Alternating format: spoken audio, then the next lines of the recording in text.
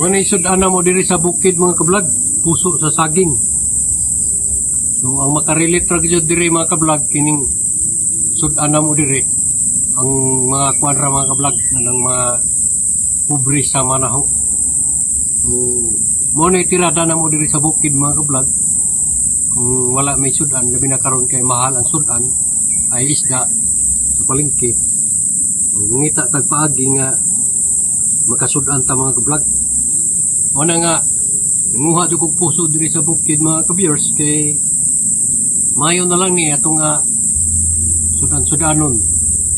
So, labi na kay atong luto na to, mais. Murag, dili gitod tulon mga ka-vlog kung nga dito sudan. So, kung naatay kwarta, ikapalit og isda mga ka-vlog, palit ang isda, pero wa man tay kwarta karon di. Gwanta na naman tagpuso. Pero nindot ni mga ka-vlog kay ang pagkaon na mo diri sa bukid healthy jud. Kay presko man ng mga kuan diri, mga utanon. So lami po ni siya mga ka-vlog, imo siyang atsalon. Imo siyang kumutan og suka nya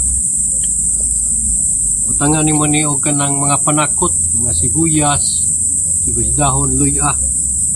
So, nga ni retirada mga ka-vlog. Kung ganahan po ka og gisahon, pwede po siya gisahon. Mga pinobre lang ba? Di po kayo mga tundan mga ka-vlog.